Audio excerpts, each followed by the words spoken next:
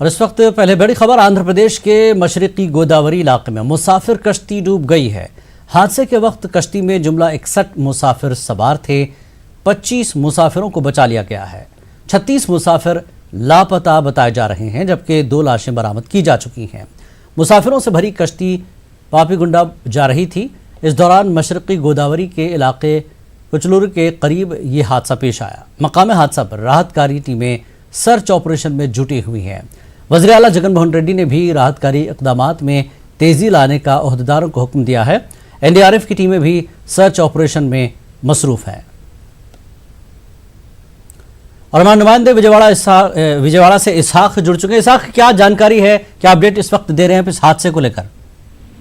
हाँ जिलानी, देखा जाए तो ये बड़ा हादसा माना जा रहा है। जो टूरिज्म मिनिस्टर है अभी जो है राजमंड्री से निकल के वो डायरेक्ट कुचलूर से देवीपट्टनम जाएंगे, वहां से कुचलूर से जाने का है। और जगन मोहन रेड्डी की बात है।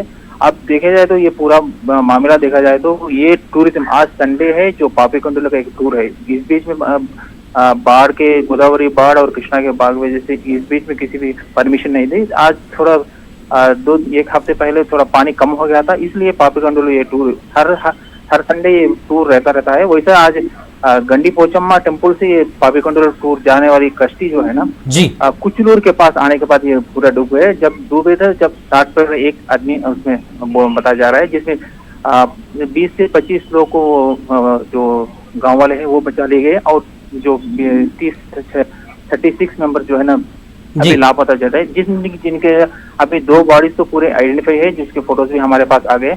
और अभी 5 बॉडीज अभी मिले। जिस तरह से इसमें बड़ी तादाद में लोगों को भर के ले जाया जा रहा है, 36 मुसाफिर जो है जिस तरह से लापता है, जिस तरह से इस तरह की कश्तियों में ले जाया जाता है तो लाइफ जैकेट्स दिए जाते हैं, तो क्या वजह है कि 36 अफराद लापता क्यों है? लाइफ जैकेट्स क्या इनके पास नहीं थी? लाइफ जैकेट्स तो रहते, मगर क्या बोले तो ये पूरे नीचे और ऊपर 2 मंजिला टाइप में ये कश्ती रहती है, और जो नीचे वाले रहते हैं उस पर ये लाइफ जैकेट देते हैं, मगर इन लोग क्या बोलते पहनते नहीं। ज्यादातर लोग जो है ना आप परवाह नहीं, जब मौका आएगा तो कुछ होगा जब पहन लेंगे बोल के बाजू में रख लेके बैठते हैं, नहीं तो है वहां लगा के रखते हैं ज्यादातर। और जो है ना ये जो वाटर ट्यूब्स रहते हैं वो भी रहते हैं, मगर क्या बोलते वो बाजू में लगा के रखते हैं। अब ये इंसिडेंट कैसा होता बोले तो जाते वक्त सडन होने कुछ हो गया, उलट पलट हो गई तो पूरे लोग अंदर रहते हैं तो बाहर नहीं आते। ये सिचुएशन आज का सिचुएशन भी ऐसा है जी। एक पूरा सडन होने ये पूरा अंदर डूब गया, जिसके तरह से उलट पलट होगी। तो उलट पलट में क्या बोला तो पूरे जो लोग है इधर उधर हो गए। और जो लाइफ जैकेट ऑलरेडी पहन के रहते हैं तो जो पानी में गिरने के बाद जो ऊपर टहलते रहते ना, जब तो लाइफ जैकेट मिलते। मगर जो घाबरा है, जो लोग घाबरे पड़ जाकर इधर उधर हो जाते, उन लोगों को लाइफ जैकेट मिलना बड़ी मुश्किल हो जाती। और पानी का तेज बहाव भी आज कुछ हाई बोल रहे हैं, जिस तरह से वहाँ की इंफॉर्मेशन आ रही। और वो तेज बहाव से जो है ना लाइफ जैकेट पहले ये हादसा हुआ किस वजह से, डूबी क्यों? आज जो है ना अब जाने के वक्त में वहाँ वो जो कुचलूर और देवीपट्टनम का वो एरिया है, वहाँ पे क्या बोले तो रेत निकालने से वहाँ पे पानी जो है ना गोल फिर के सुड़ीकुंडम बोलते ना, वो उस टाइप में वहाँ एक रह जाता, जहाँ से वो गुजरते वक्त अगर वो ड्राइवर जो चला रहा है वो अगर से इधर उधर से ले गया तो वो पूरा उसमें जाके वहाँ पे पूरा अंदर खींच डालता एक ही दम। जो उस तरह से उस तरह का वो वहाँ कुचलूर और देवीपट्टनम के पहले, इससे पहले भी 6 महीने पहले एक हादसा हुआ था वैसा। उससे पहले भी कई हादसे वहाँ पे हुए, वो के इंफॉर्मेशन बोल रही। ये कश्ती जहाँ डूबी है ऐसा, वहां पर कुछ पत्थर या इस तरह की चीजें से टकराव भी हुआ है कश्ती का? नहीं, कश्ती तो पत्थर का टकराव नहीं हुआ है। वहाँ पे क्या बोलते सुड़ीकुंडम बोलते, जैसे पूरा पानी खाली हो जाने के बाद वहाँ पे पूरा पानी क्या बोलते राउंड फिरते रहता, उसमें जो है ना ये एकदम पूरा बड़ा सर्कल बनता है पानी का। हाँ, सर्कल बनता है, उसमें क्या बोलते ये बोट भंवर में ठीक भंवर में खींच देता अंदर, ठीक तो उसमें से बाहर पड़ना बहुत मुश्किल हो जाती, तो वो आउट ऑफ कंट्रोल हो जाता जो बोट है। यानी उस जगह पर जाने के बाद कश्ती आउट ऑफ कंट्रोल हुई है, संभाल नहीं पाया ड्राइवर, बता रहे जो उसमें पूरी डूब गई बोल रहे। और जो एनडीआरएफ के जो टीम्स है वो भी पूरे 2 बोट में निकल गए थे, 32 मेंबर्स। और जो स्पेशल क्या बोले तो राजमंड्री से जो है ना ये राजमहेंद्रवरम से एक हेलीकॉप्टर को वहां पे दिखाया, जो कहे तो कहीं कुछ लोग पानी में डूबते हुए, नहीं तो लाइफ जैकेट से अगर हो सके तो उन लोगों को बचाने के वास्ते भी आ गए। वो तो ठीक। मेन जो देवीपट्टनम से जो हादसा हुआ वहां पर जाने के 2 घंटे टाइम पकड़ता, ठीक वहां है। पे बाई रोड नहीं जा सकते, इसलिए पूरा नाव में जाना पड़ेगा। तो इसलिए जो है ना एक हेलीकॉप्टर को कलेक्टर डायरेक्ट वहां पे भेजा है। अभी जो है ना हेलीकॉप्टर जो एनडीआरएफ टीम है वो भी वहां पे सर्च ऑपरेशन कर रही। ठीक है, बहुत बहुत शुक्रिया इसाक जानकारी के लिए। तो बहरहाल 25 मुसाफिरों को बचाया गया, 36 अफराद लापता हैं। जैसा कि इसाक ने जानकारी दी है, जो भंवर होता है पानी में, वहां जाने के बाद कश्ती थोड़ा सा आउट ऑफ कंट्रोल हुई है, जिसकी वजह से ड्राइवर कश्ती को काबू में नहीं कर पाया। उस वक्त ये हादसे की वजह बनी है। और जो लोग लाइव जैकेट्स इस्तेमाल नहीं कर रहे थे, अपने पास उन्होंने रखा हुआ था हड़बड़ाहट में, वो पानी में डूब गए और लाइफ जैकेट्स वो इस्तेमाल नहीं कर पाए, जिसकी वजह से 36 मुसाफिर लापता हैं। और हेलीकॉप्टर्स का भी इस मौके पर इस्तेमाल किया जा रहा है और एनडीआरएफ की टीमें सर्च ऑपरेशन में मसरूफ़ हैं। जो लोग लापता हैं उन्हें तलाश किया जा रहा है।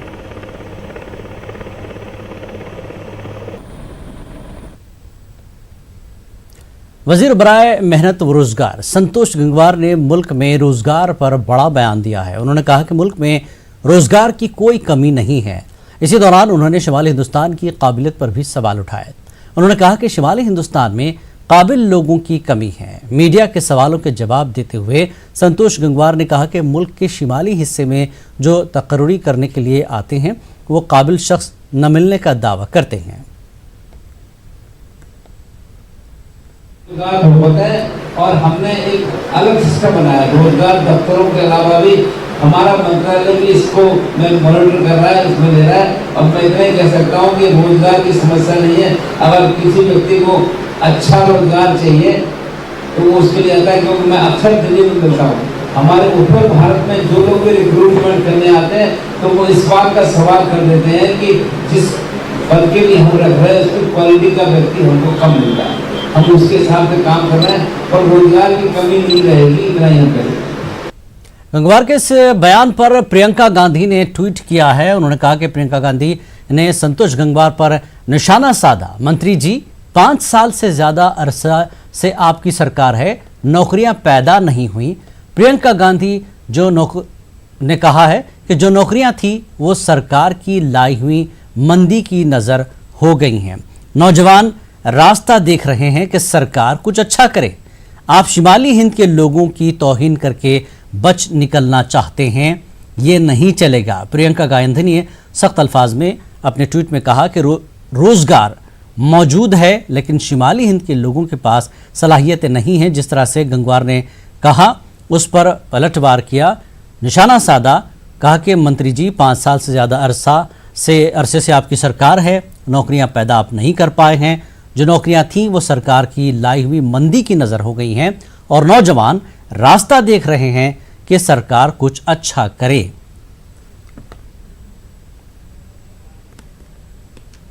और आगे बढ़ेंगे। श्रीनगर में दफा 144 42वें रोज भी नाफिज है। हालांकि बेशतर मकामात से बंदिशें हटा ली गई हैं। हसास मकामात पर नज़्म नस्क की बरकरारी के लिए सिक्योरिटी के खास बंदोबस्त किए गए हैं। दुकानें और तिजारती मराकज़ बंद हैं। मोबाइल और इंटरनेट खदमात मुअत्तल हैं। निजी गाड़ियां सड़कों पर नजर आ रही हैं लेकिन पब्लिक ट्रांसपोर्ट सड़कों से गायब है। हुकूमत की जानिब से हालात पर बदस्तूर नजर रखी जा रही है। खबरनामे में एक बार फिर आपका खैर मकदम है। पाकिस्तान के वज़ीर आज़म इमरान खान ने जम्मू कश्मीर से दफ़ा 370 हटाए जाने के बाद हिंदुस्तान के साथ जारी तनाज़ा और कशीदगी के दरमियान यह एतराफ़ किया है कि अगर हिंदुस्तान के साथ रिवायती जंग हुई तो उनके मुल्क को मुँह की खानी पड़ सकती है। इमरान खान ने एक गैर मुल्की न्यूज़ चैनल को दिए इंटरव्यू में कहा कि अगर पाकिस्तान ने हिंदुस्तान के साथ रिवायती जंग लड़ी और वो हारने लगा तब उसके पास 2 ही ऑप्शन होंगे, या तो वो हथियार डाल दे या फिर आखिरी दम तक आज़ादी की लड़ाई लड़े। उन्होंने कहा कि उन्हें मालूम है कि पाकिस्तानी अपनी आज़ादी की जंग आखिरी सांस तक लड़ेंगे। ऐसे में जब न्यूक्लियाई हथियारों से लैस 2 ममालिक लड़ेंगे तो इसके अपने नताइज होंगे।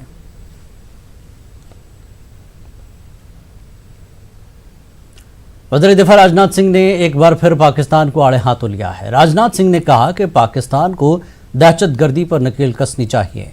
वहीं उन्होंने फिर एक बार याद दिलाया कि अब पाकिस्तान से सिर्फ POK के ताल्लुक से बात होगी। राजनाथ सिंह ने कहा कि पाकिस्तान को तोड़ने की ज़रूरत नहीं है, वो खुद ही टूट कर बिखर जाएगा।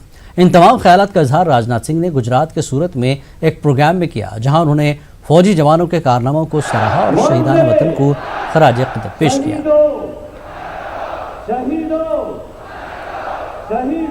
शामिल किया गया एलओसी फायरिंग 23 दिसंबर 2017 के रोज दोपहर के वक्त पाकिस्तानी बलों ने युद्ध चेक अर्पण करें। वंदे भारत माता की, भारत माता की। इसे किसी को पाकिस्तान को तोड़ने की जरूरत नहीं पड़ेगी। यह पाकिस्तान को अपने आप खंड खंड हो जाएगा। भारत से अलग होने के बाद 71 में इनके 2 टुकड़े हो गए और जिस तरीके से वहां पर अल्पसंख्यक समुदाय के साथ बलूचियों के साथ, सिंधियों के साथ, पख्तूनियों के साथ जिस तरीके से व्यवहार हो रहा है, कब इस पाकिस्तान के खंड खंड हो जाएंगे कुछ कहा नहीं जा सकता। और मैं कहना चाहता हूं, पाकिस्तान जिस तरीके से आतंकवाद को बढ़ावा दे रहा है, या आतंकवाद को बढ़ावा देना वह रोके, नहीं तो इस हकीकत को तो टाल नहीं सकता है कि पाकिस्तान के और अधिक टुकड़े होकर रहेंगे। पाकिस्तान भारत के साथ बातचीत की बात करता है। आज के कुछ दिनों पहले डंके की चोट पर मैंने कह दिया, पाकिस्तान के साथ यदि बात होगी तो आतंकवाद समाप्त होने के बाद ही बात होगी। यदि बात होगी तो किसी अन्य मुद्दे पर बात नहीं होगी। बात होगी तो केवल पीओके पाक ऑक्युपाइड कश्मीर पर ही बात होगी और किसी दूसरे मुद्दे पर कोई बात नहीं।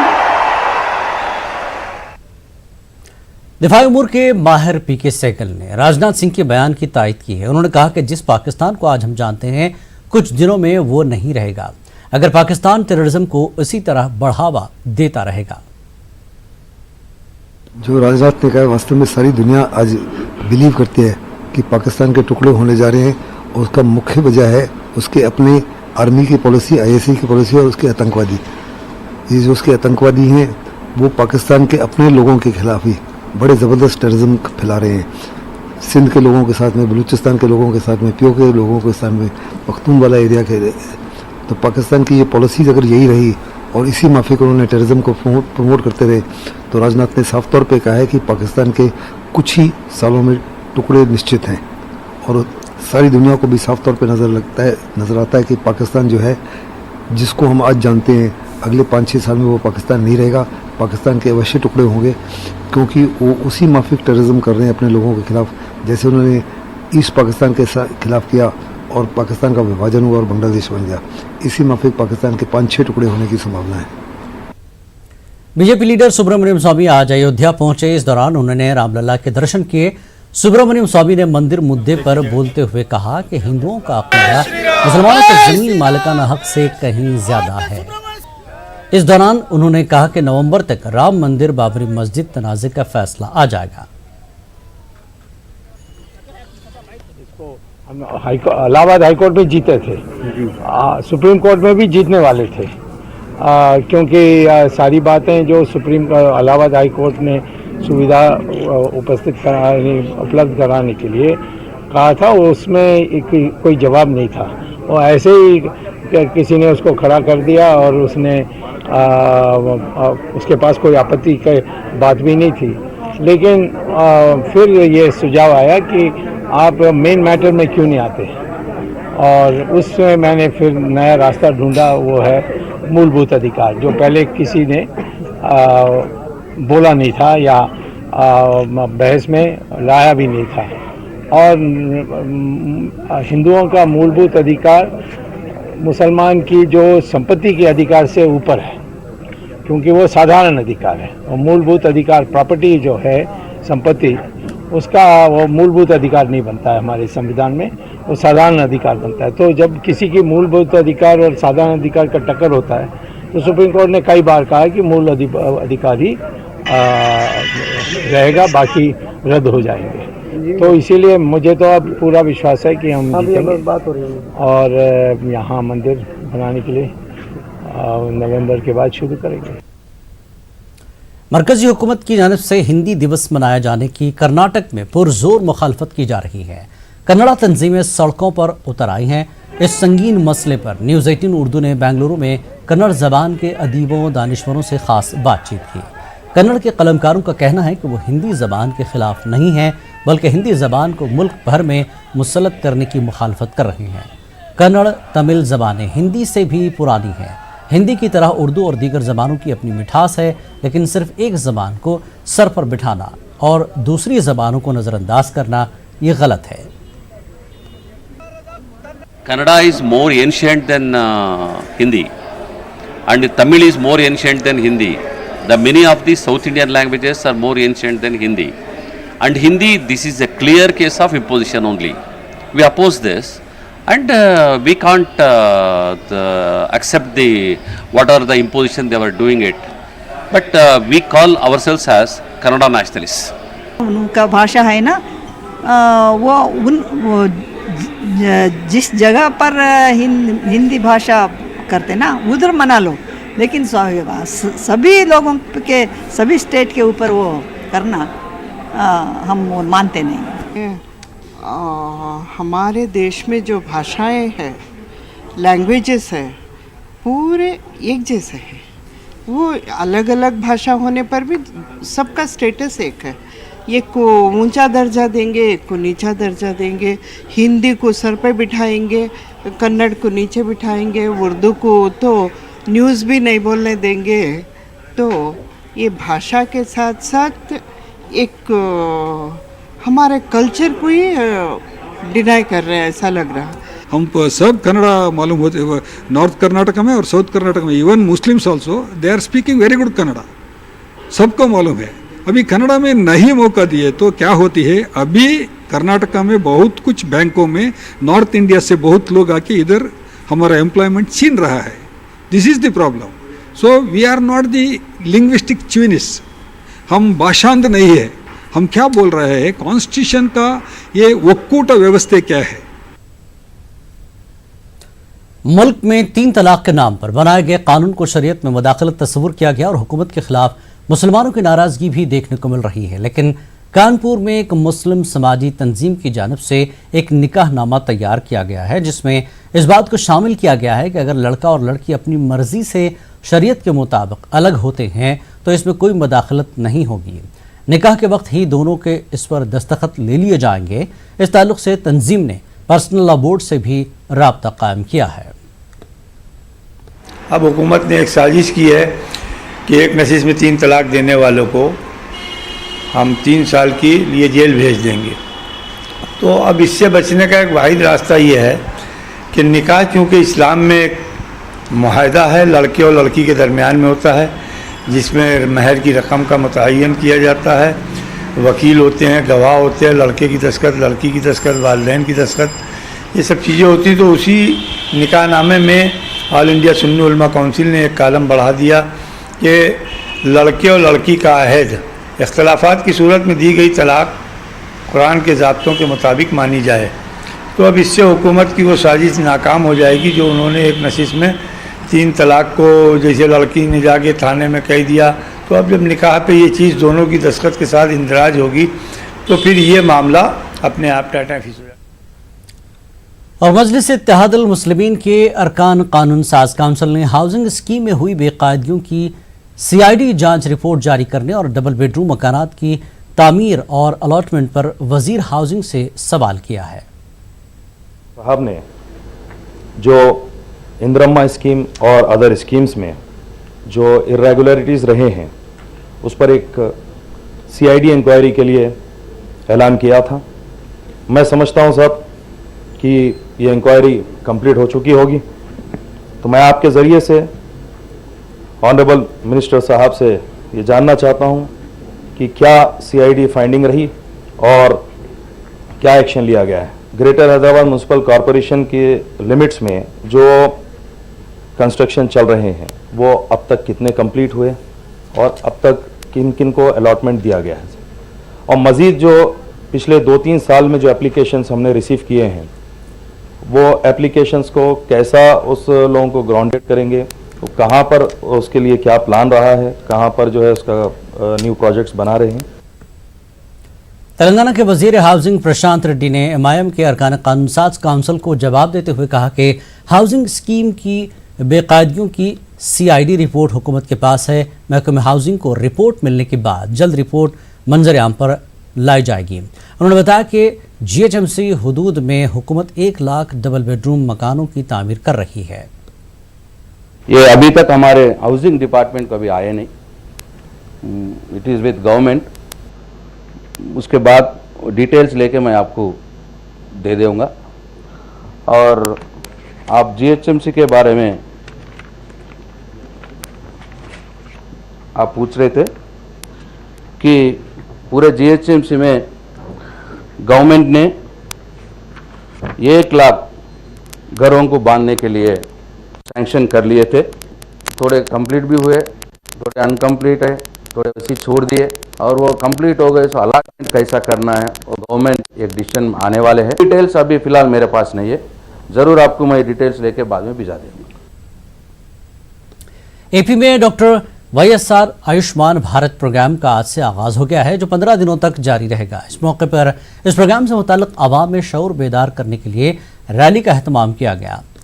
गुंटूर जिला कलेक्टर शामुल ने रैली को झंडी दिखाई। इस रैली में मुख्तलिफ महकमों के अहदेदारों के अलावा आशा वर्कर्स, वार्ड वॉलंटियर्स व दीगर ने शिरकत की। Doctor YSR Ayushman Bharat scheme में 12 मुख्तलिफ अक़साम के अमराज को शामिल किया गया है।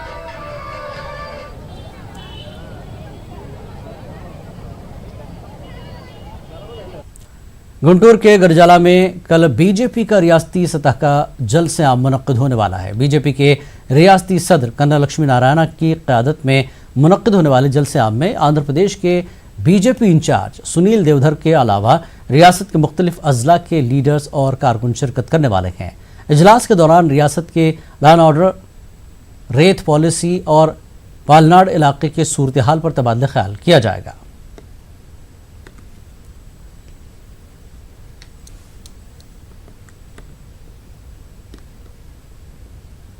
मध्य प्रदेश वक्फ बोर्ड इंतजामिया कमलनाथ हुकूमत के अदम ताउन से सख्त परेशान है। सरकारी तौर पर अहकाम जारी होने के बाद भी मुतल्लका एजेंसी के अदम ताउन से वक्फ इमलाक का GPS सर्वे शुरू नहीं हो सका। पेश खास रिपोर्ट। MP वक्फ बोर्ड ने वक्फ इमलाक का GPS सर्वे करने का ऐलान किया और मुतल्लका एजेंसी क्रिप्स से खतो किताबत भी की गई, लेकिन तमाम वादों के बावजूद वहां पर क्रिप्स का कोई भी मुलाजिम नहीं पहुंचा। दिन भर इंतजार करने के बाद शिवपुर जिला इंतजामिया के ऑफिसर्स के साथ वक्फ बोर्ड का अमला भी वापस आ गया। मध्य प्रदेश के जो शुरुआती ज़िले हैं सिलसिलेवार, तो जैसे सबसे पहले श्योपुर ज़िला था, तो हमने श्योपुर ज़िले को लिया था कि श्योपुर ज़िले में जितनी भी हमारी वफ़किया प्रॉपर्टी है, 97 वफ़किया प्रॉपर्टी हैं, उसके लिए पूरा एक प्रोग्राम तय किया था, जिसमें कि वहाँ के ज़िला कलेक्टर से लेकर तहसीलदार और पटवारी RI, हमारे वक्फ बोर्ड के एम्प्लॉइज़ जो वहाँ पर वक़फिया कमेटियाँ हैं, उनके मेंबरान, वो सब मिलकर होना था। लेकिन बदकिस्मती से कि कल हमारी टीम सब लोग पहुँचे और वो जो एजेंसी है वो पहुँची नहीं वहाँ पर, तो हम इनके खिलाफ कार्रवाई के लिए गवर्नमेंट को लिख रहे हैं। जनवरी से अब तक 8 बार रिमाइंडर भेजने के बाद भी वक्फ बोर्ड को न तो मुलाजमीन को रखने की इजाजत दी गई, न ही जिला कमेटियां कायम हो सकी ताकि वक्फ बोर्ड मजीद फाल तरीके से काम कर सके। स्टाफ नहीं, हम कोशिश करेंगे कि सभी ज़िलों में ज़िला वक्फ कमेटियाँ बन जाएँ, सभी वक्फों में वक्फ कमेटियाँ बन जाएँ और पूरा मैनेजमेंट, चूँकि वक्फ एक्ट के मुताबिक वक्फ कमेटियों को और ज़िला वक्फ कमेटियों को ही देखना है। वक्फ बोर्ड का रोल वैसे भी कोई बहुत ज़्यादा रहता नहीं है। वक्फ बोर्ड का काम सिर्फ सुपरविजन का है, निगरानी का है। आज टीम इंडिया हिमाचल प्रदेश के धर्मशाला स्टेडियम में जनूबी अफ्रीका के खिलाफ T20 सीरीज का पहला मैच खेलेगी। शाम 7 बजे दोनों टीमें आमने सामने होंगी। दुनिया की बेहतरीन क्रिकेट टीम आज क्या कारकर्दगी दिखाती है, ये देखना बाकी है। तो आप देखिए रिपोर्ट। हमें दीजिए इजाजत। आदाब। वेस्टइंडीज के खिलाफ अपनी बादशाहत कायम करने के बाद आज टीम इंडिया हिमाचल प्रदेश के धर्मशाला स्टेडियम में जनूबी अफ्रीका से मुकाबला करेगी। 3 मैचों की T20 सीरीज का आज पहला मैच है। टीम इंडिया की पोजीशन काफी मजबूत है और वेस्टइंडीज को तीनों फॉर्मेट में शिकस्त देने के बाद टीम इंडिया के नौजवान और तजुर्बेकार खिलाड़ियों के हौसले बुलंद है। वेस्टइंडीज दौरे पर हार्दिक पांड्या को आराम दिया गया था, लेकिन जनूबी अफ्रीका के खिलाफ मैच में इनको टीम में जगह मिली है। जबकि बुमराह, मोहम्मद शमी और भुवनेश्वर कुमार को आराम दिया गया है। ऐसे में हिंदुस्तानी टीम के गेंदबाज सैनी और खलील अहमद के पास खुद को साबित करने का सुनहरा मौका है और जिन खिलाड़ियों को वेस्टइंडीज के साथ मैचों में आराम दिया गया था, आज उनके पास बेहतर कारकर्दगी का अच्छा मौका है। आज का मैच शाम 7 बजे Himachal Pradesh cricket association stadium धर्मशाला में होगा। अब ये देखना होगा कि दुनिया की बेहतरीन क्रिकेट टीम आज क्या कारकर्दगी दिखाती है। Bureau report, news 18 Urdu. इस न्यूज हेडलाइंस के प्रायोजक